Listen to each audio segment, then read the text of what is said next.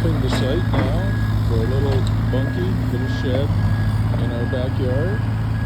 You can see that we're creating the gravel base here. Comes another load.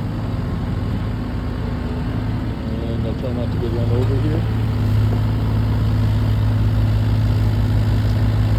So, I don't think there'll be much left of our lawn. This is Paul Lalonde's group. And the excavator here. And so there'll be a gravel pad. It's supposed to be 5 inches above grade, but it'll probably be more than that. Just make sure the water runs off. You can see over here, I'll just go a little closer, try not to get it in the way of the guys. You can see that's the plumbing outlet. And I'll just walk over here, turn around, and show you the rest of the equipment that's here today. That's our backyard. It's a pretty big backyard. I don't know exactly what the size is, but the overall lot is about 11,000 square feet. This is the back of the house.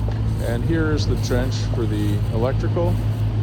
It's not completed, obviously, but we'll run power to the bunkie, and we will have plumbing as well.